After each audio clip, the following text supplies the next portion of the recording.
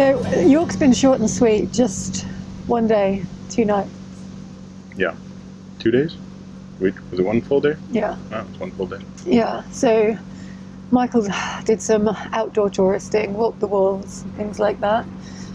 And Yeah, did the whole wall, which was cool. York? York is beautiful. I would do a lot more touristing right now, but everything is still shut down for COVID. So what I'm going to do is on the way back, I will book a entry into the Minster, because that's the only thing that's actually, currently open. And while York is absolutely lovely, the moorings, they're fine. Okay, they're fine. There's a shelf underneath us, and also there's rowers and trip boats, and it's just a bit hectic. And the rowers and trip boats and everything passing would be perfectly fine if it weren't for the damn shelf. Yeah. So because every time they go past, you get bumped, banged, smashed. Also, there's not regular hire boaters or anything. There's a little U-Drive type rental near here, and there's actually a couple of them apparently. And, people will rent the boat for the afternoon and go take off with a couple beers in hand, and apparently, at least in one case, ram our boat on their way into trying to moor. When the river is so wide and the moorings are empty. Yeah, like this entire stretch in front of us was empty, and there's 90 feet of water over that way, and they still had to bash right into us. It's like, that's interesting. I don't think, One sad thing is that there's a silver propeller location down this River Foss, which is just back that way. And it should be our 24th location, but it's currently shut. Yeah, I took a walk over there. The lock is really quite interesting. You actually have to get the IWA volunteers to come out and open it, because it's got some crazy mechanism involving chains, which you can get wrong.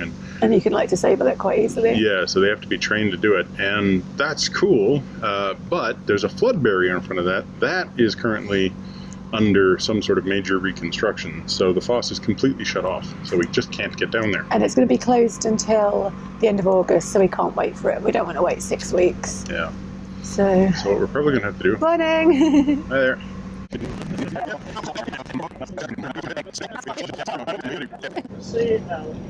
Michael's gone to help our new neighbour moor up, so I'm going to finish this and we'll carry on that way towards Ripon, but not to Ripon today because that'll take about 10 hours, I think. So just going to go to one of the locks. So there's Michael putting the boat in.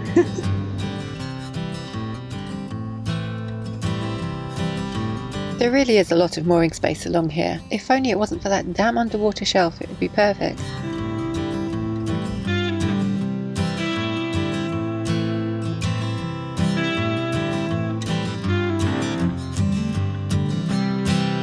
Sad to be leaving such a lovely city, but we'll be back in a week or so on our way south.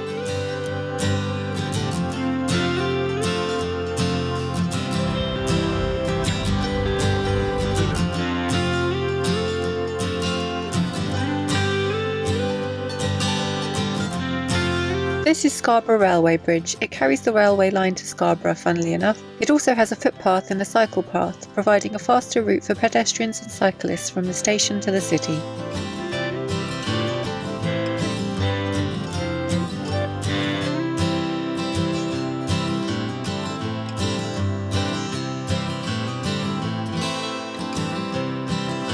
We're not exactly sure how far we're going to travel today. There are some moorings at Linton Lock 9 miles north of here, then at Boroughbridge another 11 miles from there. The guy who just moored up at York told us that Boroughbridge is nice. 20 miles in a day might sound quite a lot for a narrowboat, but we're on a river, so we'll be travelling slightly faster than we would on a canal, plus there's only a couple of locks.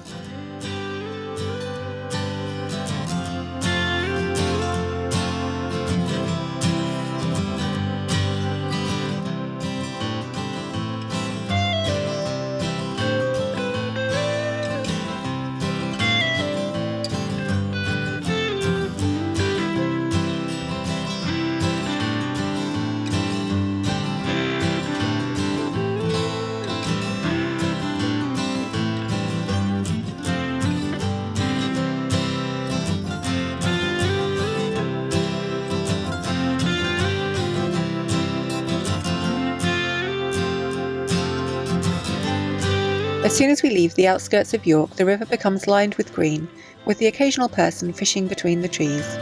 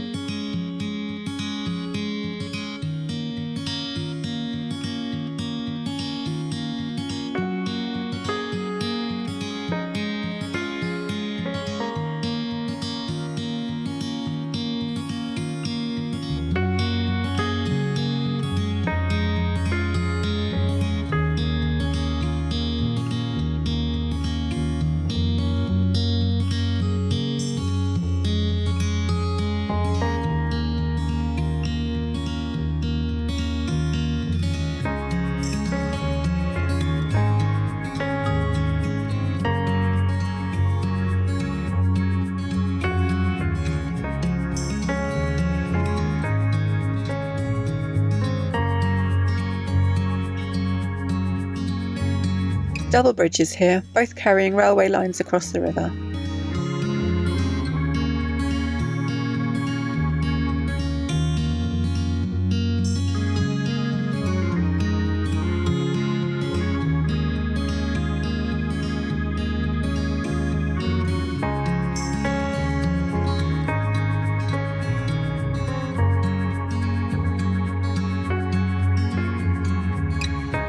This village has a really wonderful name, Nether Poppleton.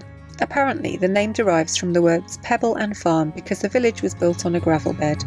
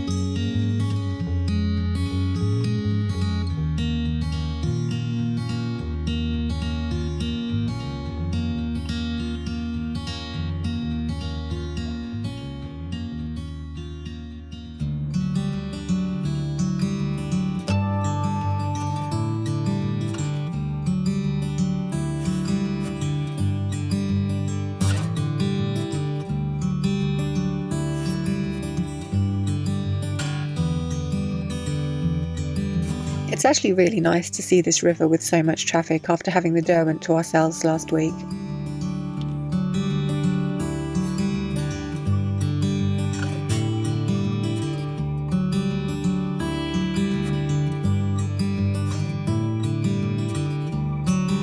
Hang on, didn't this boat pass us yesterday in the last vlog on our way out of Neighbour?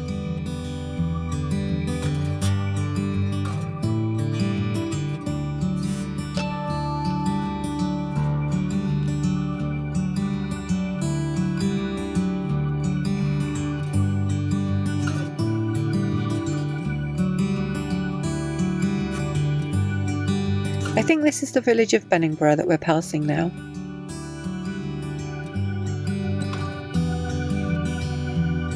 And those buildings are possibly part of the Red House estate, but I'm not entirely sure.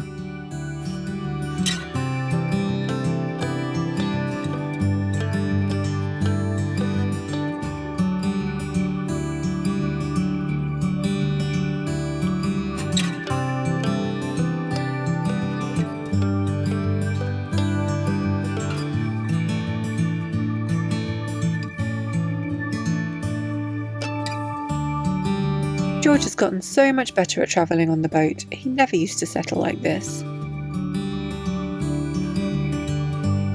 Ahead is Nunmonkton. The River Nid joins the Ouse from the left there.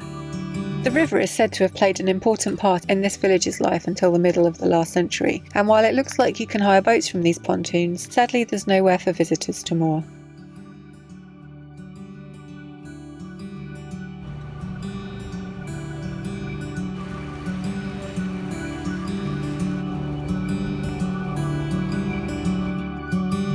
We're passing the grounds of Benningborough Hall here, which is a National Trust property.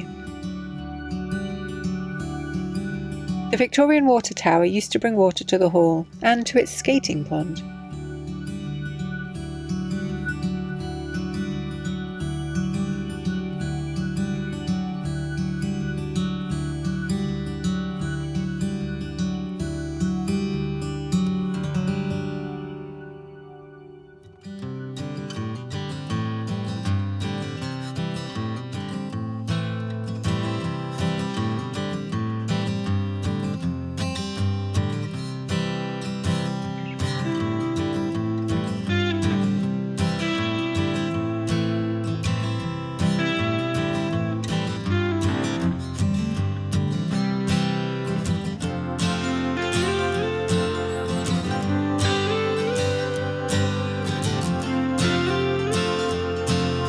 Some signs here of another riverside village. This is Newton on Ouse.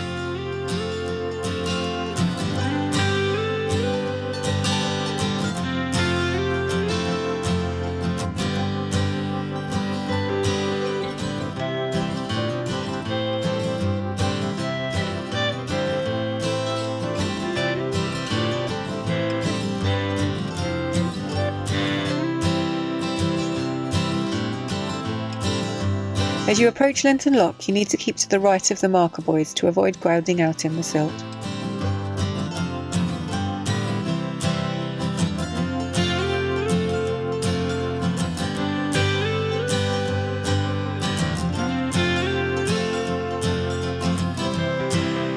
I don't actually have much footage of us in this lock, as I found it a little stressful to operate. It's very deep and intimidating. There was quite a few people around using the cafe at the marina, so social distancing was really hard.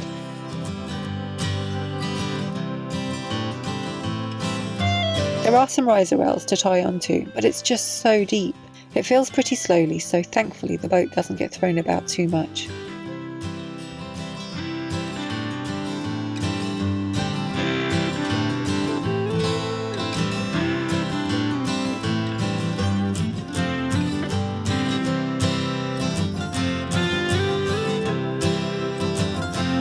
Well, I'm glad that's over. There are some moorings both above and below the lock, but we decide, as it's such a nice day, to carry on to Boroughbridge.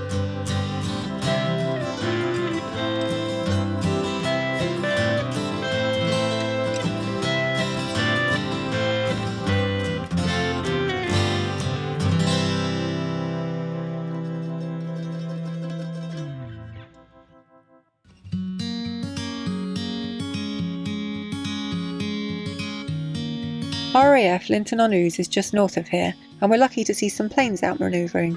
Of course I didn't manage to get a decent shot of them, but I kept trying.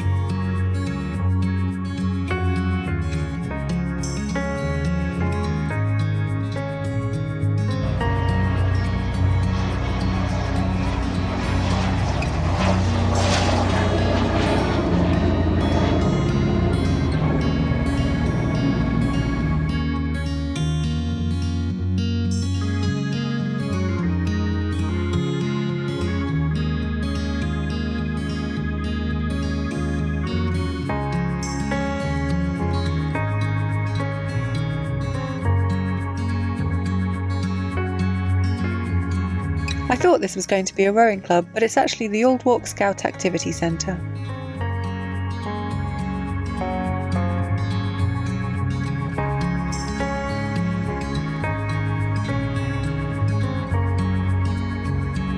To quote the BBC, what's 336 years old, cost 40p to cross and was once hit by an iceberg. It's the Old Walk toll bridge, of course. Well, they said that in 2008, so it's actually 248 years old now, but apparently it's still 40p to cross. As for the iceberg, I've got no idea.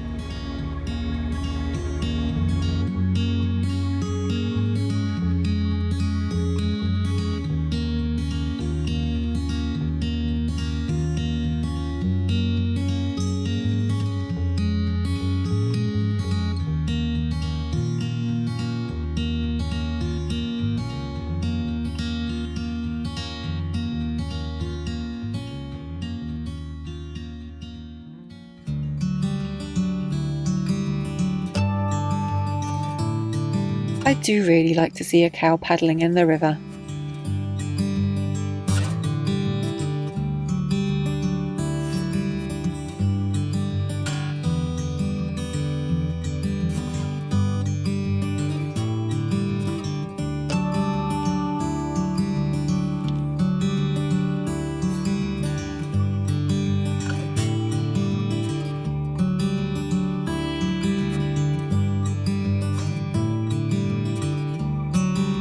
Around about here somewhere the River Ouse turns into the River Ure. Well, the other way round, but we're going upstream, so we cross onto the Ure.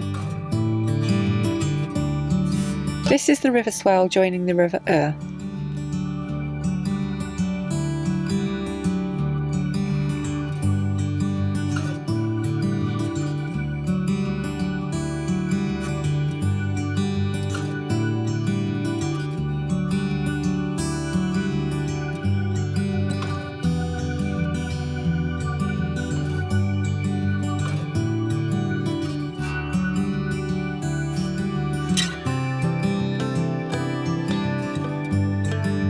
Oh good, another really deep look.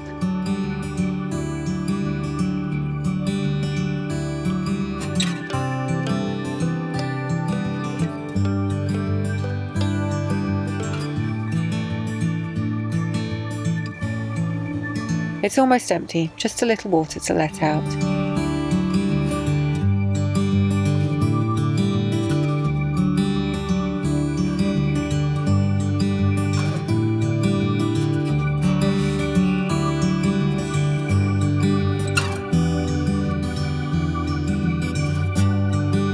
It seems like I've opened the paddles a little too quickly as the boat gets shoved over to the other side. Sorry, Michael.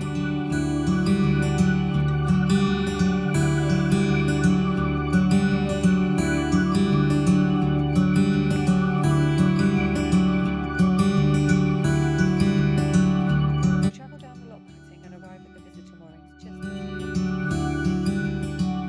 Afternoon. Coming to you from inside the boat because some last minute rain decided to show up. Just as we ran through the second lock, Michael said, I think it's going to be a quick shower. Sploosh. A quick sploosh. Yeah. Don't need to worry about a quick sploosh unless it's a really heavy sploosh. Yeah. We'll call this intermediate. It's an intermediate heavy sploosh. It's enough of a sploosh that it was like, Let's go inside. now we are damp. Well, So, what do really, you think? I really liked it. I really enjoyed it. It was Except for the locks. You didn't like the locks. no, the locks are really big, and so they're intimidating, and they're really deep. And the first one was outside the cafe, so there was people out on picnic benches, and the lock was down for us, which was great. But then a boat arrived above the lock. The man was in a rush, and so that's always quite stressful because you have to be quite assertive to go at your own speed. Yeah. And Because he started opening he had his crew member opening the paddles before we'd even before closed. The doors weren't closed. I was struggling to get a rope onto the riser bar because there's nothing down there except for some cables to tie on. and I wanted you tied on because it was so deep, and Yeah. we were going up. And I had to use our boat hook to actually get the rope on there and then pull it back to me. And as I was doing that, it snapped. So I looked down, this one in fitting So I'm standing there with two pieces of hook going like, well, this is a problem. And then he opened the paddle all the way, and thank God it was really gentle, that one. Well, it was on the right side as well. So when he opened that one, it shoved me against. It sucked you in. Yeah, like it didn't kind of throw me across the lock as usually happens, but sort of held me in place a little bit. Yeah, but so the front still ended up over, but I was kind of, stable. It's in the water. really annoying when people do that. And yeah. Oh well. And then there were some moorings over there, but we decided not to take them because Yeah, they were 'cause a little bit crowded. Yeah, and we'd only been going like 2.5 hours maybe. Yeah. And we were about halfway here, so we knew it wouldn't be that much longer to get here. Yeah. So then we continued along, and we passed a place called Nunmonkton, which was interesting. Strange little town, Nunmonkton. Yeah. Would have been nice to stop there because apparently it's got like one of the most aesthetically pleasing churches in all of. There was a Yorkshire. pontoon, or a couple of pontoons, but I know some of them were private. Yeah. So I'm not sure if there is a place you can actually stop there, but the church sounds interesting. Yeah. Then continued along past it to where we were beside an airfield where there was some jets, fighter jets, doing kind of, basic aerobatic maneuvers. Yeah. And unlike the red arrows was it only last week? A week or 2 weeks ago. Yeah. Unlike the red arrows, these were very low down, and they'd just taken off and were doing little banking. They were right above our heads, and they were really noisy. Yeah. So you'd hear the noise, and you'd be like, "Where is it? Where is it?" So it was kind of fun. So again, fun to do some plane spotting. I didn't get any on camera. I don't think. Although I was so busy looking at I was like just trying to make sure that I'm moving the right way on the river and everything. So every time I look up, I'm like, I'm not sure what type that plane it is. I don't know what type of plane that is. I can't get a good enough shot at it to really tell. Oh yeah, it was fun though. Yeah, and then this lock was almost as deep, and then I opened the paddle going up like 3 inches. And I just shot to one side. And because the lock's so big and deep, where you open the paddles, you can't actually see the boat. So we should have had our new walkie-talkies out. But I was like to Michael, "No, we won't need them today." We needed them today. Yeah. Well, we know now. Yeah. We will have them out tomorrow. We'll have them out every time we cruise, basically, from now on. Yeah. I was really annoyed with myself. Yeah. So it's could have been worse. I basically just slammed into the wall once, so it was no big deal. I know, but. And then we got up, got out, and it's a short little haul here. And then the heavens just opened, and we're like, "We are going to make you wet." So, and we're just in a little cut. And with most of the way to Ripon now, it's probably like 5 or 6 miles to the canal. Yeah. Good? Yeah. Okay. So thanks for watching. Give us a thumbs up, comment down below. Subscribe if you haven't already, including subscribe to Minimalist Maximal Velocity if you want some old time lapses. Old time lapses of our earlier days. They'll catch up eventually. It sort of strikes me as funny that we're like, 300 videos behind. Anyway. I've been editing the time lapses for the current videos alongside them, so when we finally catch up, I'll just be able to push them out. So that'll be good. And after all of that, if you're feeling like you want to get notifications, hit that bell, which isn't right here. Whatever I was pointed at. It's probably down there. Yeah, there's a bell thingy.